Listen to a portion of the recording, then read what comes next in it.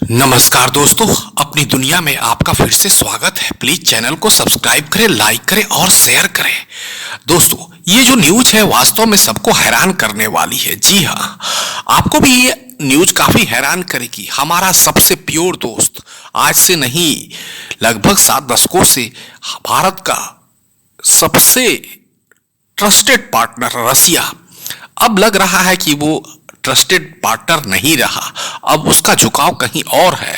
मैं समझ सकता हूं रसिया क्यों आज भारत के प्रति इतना कठोर होता जा रहा है। इसके पीछे बहुत सारे कारण हैं। रसिया ने पाकिस्तान को ब्रिक्स की सदस्यता दिलाने का समर्थन किया है। आप भी चौंक गए ना? मैं भी जब ये न्यूज पढ़ा तो काफी आश्चर्य हुआ। आखिर पाकिस्तान को क्यों ये सदस्यता दिला रहा है?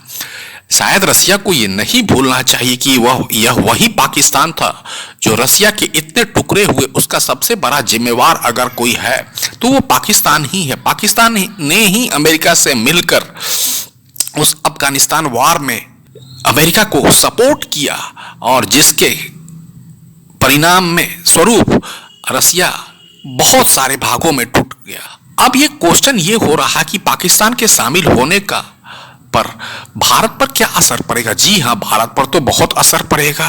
जैसा कि आपको ब्रिक्स की हिस्ट्री पता ही है कि जब इसका निर्माण हुआ तो इसके संस्थापक देशों में भारत, ब्राजील, रसिया, चीन थे। बाद में इसमें साउथ अफ्रीका, इथोपिया, सऊदी अरब, संयुक्त अरब अमीरात, ईरान शामिल हुए। अब ये पाकिस्तान सुनने में आ रहा है कि तुर्की भी शामिल होगा। आप समझ सकते हैं कि किस तरह ब्रिक्स में चीनी दबदबा कायम हो गया है। जी हाँ, आप चौंकिएगा मत।